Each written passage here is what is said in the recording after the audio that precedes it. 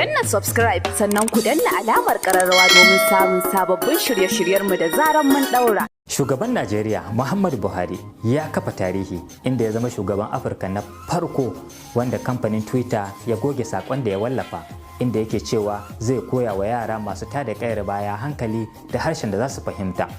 Wanda shi kuma Twitter ya ce hakan ya saba wa ka'idojinsu. Hakan ya sanya matasa da yawa a Najeriya musamman 'yan kabilar Igbo suka yi ta kai karar da sakon da shugaban kasa Muhammadu Buhari ya wallafa inda suka zarge shi da yunkurin aikata kisan kiyashi.